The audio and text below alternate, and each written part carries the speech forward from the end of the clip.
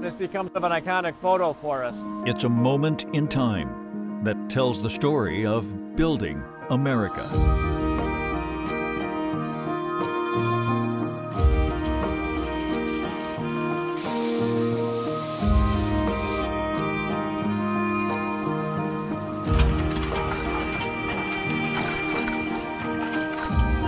They dug roads, canals, built railroads, forged rivers, and harnessed steam to run giant machines.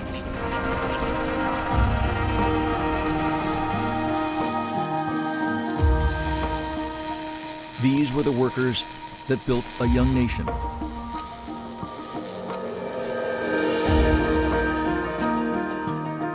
And by 1825, they carved a ditch clear across New York, linking the East Coast with the new frontier. 2 centuries after the Erie Canal opened, the community of Lockport is celebrating that achievement and the team that kept it running. They came up with an outlandish plan to cast the workers in bronze. They had this photograph of the lock tenders, and they said, "We'd like you to make this sculpture if you're interested." All right. And so began a journey to preserve the moment. Mapping the photo, planning the artwork, the drawing, the grid work, years of long days in the studio. Finally, shipping the clays to the foundry. A rubber copy becomes a wax copy. Then you fluidize the sand. Becomes a ceramic mold. And the canal artwork really comes to life here. The wax is baked away, and they finally begin to pour the last of the sculptures.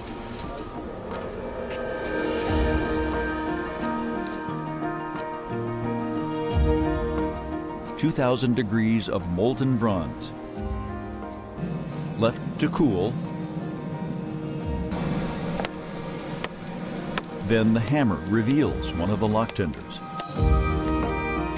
From Loveland, Colorado, from Lockport, New York, this is the story of 2 cities and scores of people saving Americana, bringing the lock tenders of the Erie Canal together again.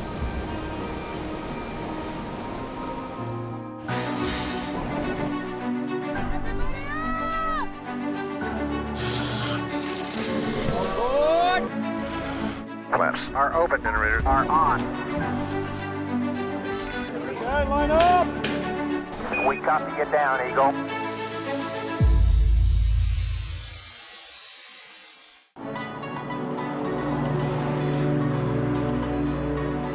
It's been a 1,500-mile drive for Peter Henderson on a journey that really began nearly 200 years ago.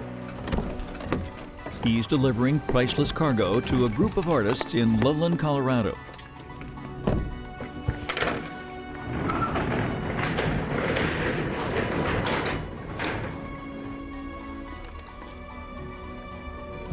These are the clays.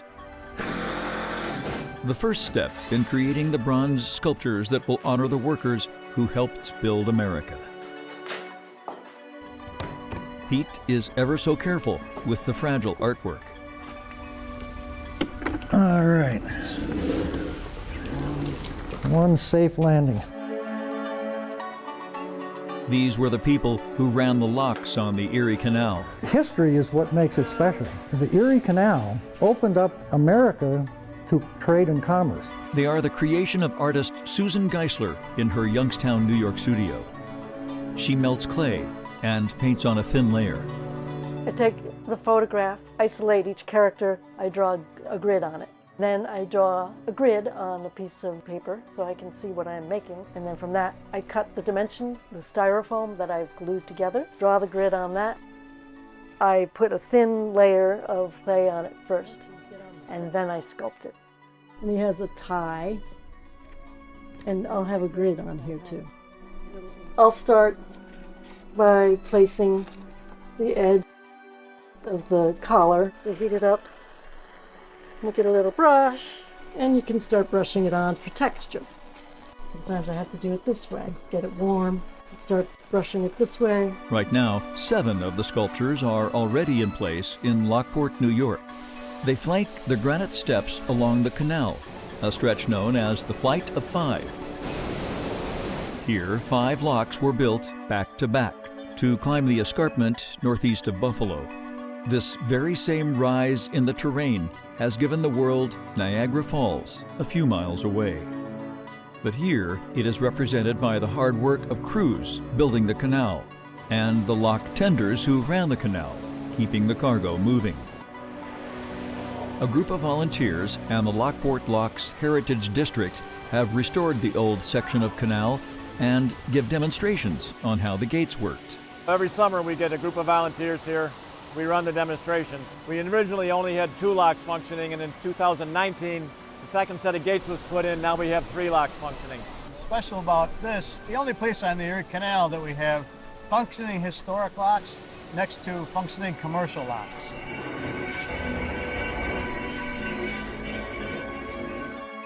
And it was hard work. The lock tenders at the time, it was a one-man operation here. They paid the lock tenders $1 a day. In the 1800s, humans pushed the gates closed, the water poured in, the westbound boats rose up. Minutes later, gates reopen, the water spills out, and the eastbound boats climb down. The volunteers will pull the boat back through into the next chamber. The valves in the bottom of the gates will be closed, and then we'll allow water from flow into the next chamber above us to elevate the boat back up 12 feet. This was the highway that connected the East Coast to the new American frontier. These were the people that ran it. So, as the 200th anniversary of the opening of the canal nears in 2025, this will be a powerful tribute. Even unfinished, it tugs at your emotions. This single moment in American history was captured in an 1897 photograph by Frank F.B. Clinch. Our team of historians has actually identified all but one of them. We know their names, we know where they lived. These are real people, 12 workers, and that mystery girl with the stern look. She is mad. She's not happy to be in the picture. She's not happy. Betsy Wagner was the daughter of Fred Wagner there in the front row. The anger that came out of that picture, she was staring right at the photographer, and boy, is she mad. She's just... It's not just Susan in her studio. It's a large army making this all happen. Here at Ron's Services in Loveland, it all comes together. And in any given one piece, we'll probably have 18 people touch that piece. At this point, the artwork is at the wax stage. So many parts to the process from start to finish, and the original sculpture doesn't stay in one piece. For instance, here's just a hand of one of the workmen. Susan comes west to inspect the work. The wax chasing, as they call it, fixing flaws, is slow, delicate work. Ethan has been fixing seams and other small details. We're usually left with these seams and where the mold's connected. My job is pretty much to go through and get rid of those seams. So I'll fill it with wax and then kind of scrape it down with these tools. Others add the plumbing to the work. The molten bronze will basically be fed down these pipes. The bronze is going to go down, bottom, and it's going to fill all the way up to the top. Once the wax work is done, they are covered several times with a ceramic coating that will create a reverse mold. This will be the chamber the molten bronze is poured into. They slowly lift the crucible out of the blast furnace. The ceramic molds are pulled out of a hot kiln and placed in sand. The 2,000-degree molten bronze is maneuvered into position, and the pour begins. That is the head of one of the lock tenders, Frank LaValle.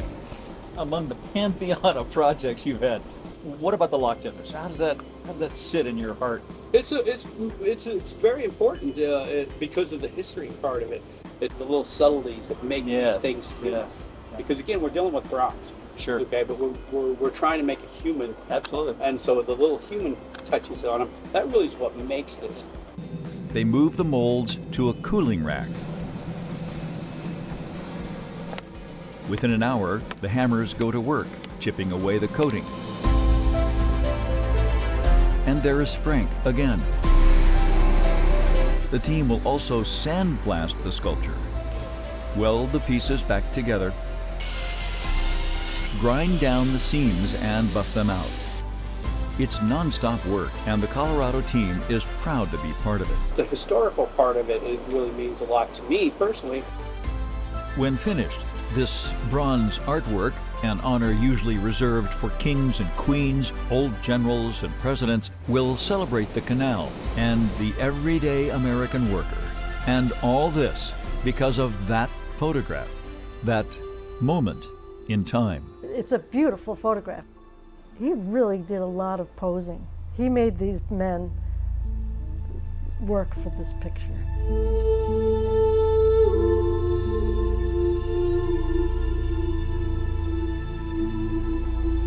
Arms crossed, arms relaxed.